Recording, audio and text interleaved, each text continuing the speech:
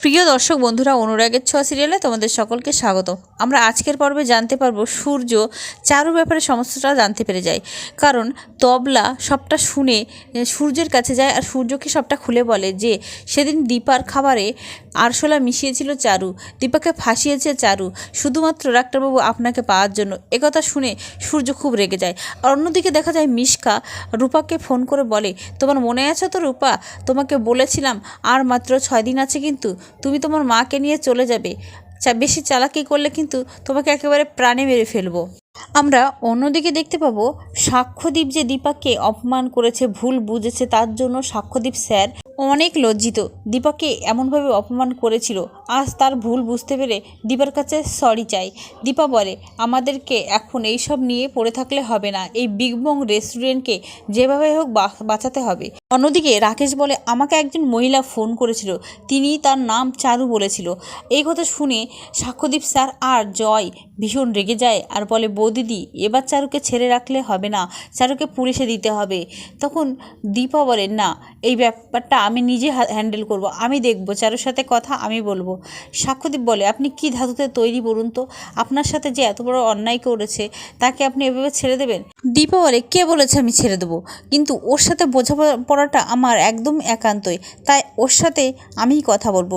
এটা বলে দীপা চলে যায় চারুর কাছে। চারু দীপাকে দেখে ভয় পেয়ে যায়। চারু ভয় পেয়ে বলে, এসজি তুমি এখানে? তখন দীপা বলে, কেন করলে এটা আমার সাথে? এটা বলেই চারুর গালে ঠাটিয়ে চড় মারে। চারু দীপার পায়ে পড়ে যায় আর দীপাকে বলে, আমাকে ক্ষমা করে দাও এসজি, আমি এটা করতে চাইনি, শুধুমাত্র আমি এসএসকে বিয়ে করার জন্যই আমি এই বড় ভুলটা করে ফেলেছি, শেষবারের মতো এসজি আমাকে ক্ষমা করে দাও। দীপা বলে, ক্ষমা তো আমি তোমাকে করতে পারবো না, আর তোমার কাছে আমি আমার সোনামাকে রেখেছি, তুমি তো আমার সোনামার ক্ষতি করে দেবে, তোমাকে কি করে বিশ্বাস করি চারু? দীপা বলে, আর নয়, আমি তোমার কাছে আমার সোনামাকে আর রাখবো না। দীপা সেখান থেকে বিগ বং রেস্টুরেন্টে ফিরে যায় আর বলে সাক্ষ্যদীপ স্যারকে, এবার আমাদের এই বিগ বং রেস্টুরেন্টটাকে নিয়ে ভাবতে হবে, আমরা আমাদের হারিয়ে যাওয়া বিগ বংটাকে আবার ঠিক দাঁড় করাবই। এটা বলে সাংবাদিককে ডাকে আর সাংবাদিকের সামনেই প্রমাণ হয়ে যায় যে দীপা সেদিন এই অপরাধটা করেনি। সবটা সবার সামনে এসে গেলে, সবটা প্রমাণ হয়ে গেলে সাক্ষ্যদীপ স্যার তার বিগ বং রেস্টুরেন্টটা আবার ফিরে পায়। আর দীপা যে কুকিং কম্পিটিশনে ফার্স্ট হয়েছিল সেই প্রাইজটা দীপা আবারও ফিরে পায়। সেই বড় অ্যামাউন্টের টাকাটা দীপা এবার রূপার চোখের অপারেশনের কাজে লাগাবে আর বিগ বং রেস্টুরেন্টটাকে আবার পুনরায় দাঁড় করাবে। ওদিকে দেখবো তবলা সূর্যকে বলে দেয় যে এই সমস্ত কিছু চারু করেছে। সেটা শুনে সূর্য খুব রেগে যায় আর সূর্য বলে, এবার তো আমি আর ছেড়ে কথা বলবো না।